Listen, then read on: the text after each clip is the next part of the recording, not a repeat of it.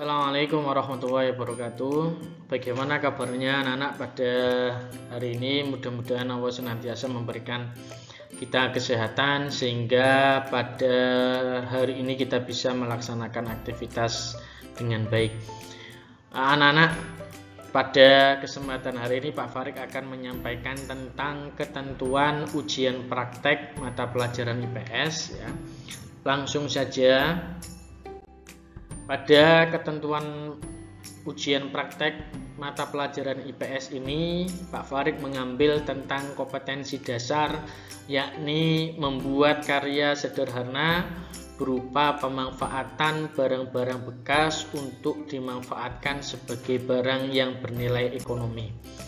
Maka jelas ya anak-anak bahwa di dalam kompetensi dasar ini, anak-anak diminta nanti proses membuat suatu hasil karya, di mana hasil karya sederhana ini merupakan pemanfaatan dari barang-barang bekas yang ada di sekitar.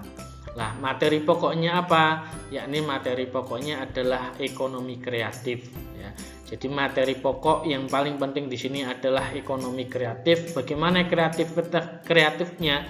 Kreatifnya diambil dari pada saat anak-anak membuat karya sederhana itu terbuat dari barang-barang yang dulunya tidak berguna sekarang menjadi berguna. Ini hal yang paling penting. Yang selanjutnya yakni indikator, yakni peserta didik dapat memanfaatkan barang bekas menjadi barang bernilai ekonomi sebagai salah satu bentuk ekonomi kreatif ya. Produknya apa? Yakni hasil karya dan video pembelajaran. Pak Farik mengupload pada hari ini yakni tanggal 6 April 2021. Kemudian tanggat mengumpulkan tugas ini adalah tanggal 22 April 2021.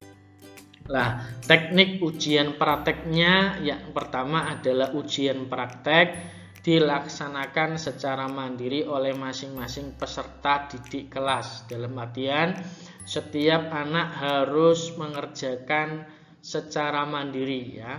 Ujian praktek ini dikerjakan secara individu ya, secara mandiri, tidak boleh kelompok anak-anak.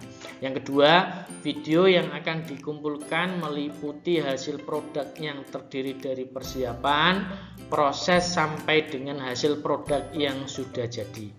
Kemudian ada proses adanya penjualan atau penawaran, yaitu cara pemasaran produk kepada konsumen agar produk yang diproduksi bisa dijual ke masyarakat. Maka dua video ini yang pertama adalah anak-anak harus bisa merekam atau mengvideo hasil produknya mulai dari persiapan sampai jadi.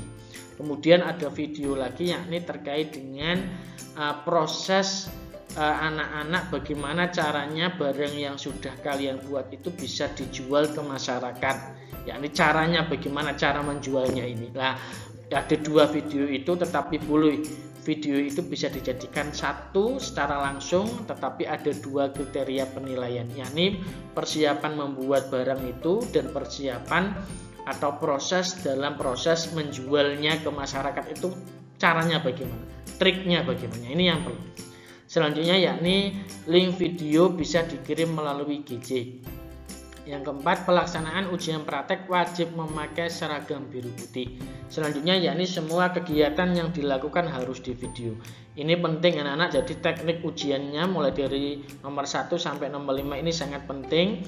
Maka video yang dikumpulkan itu ada proses pembuatan dan juga ada proses menjual ke masyarakat, caranya itu seperti apa, itu harus kalian munculkan di video itu juga.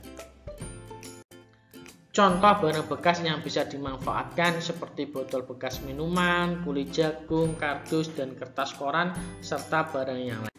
Nah, contoh ekonomi kreatifnya yang seperti ini anak-anak ya, bisa banyak contoh-contoh atau banyak ide-ide kreatif yang bisa kalian kembangkan.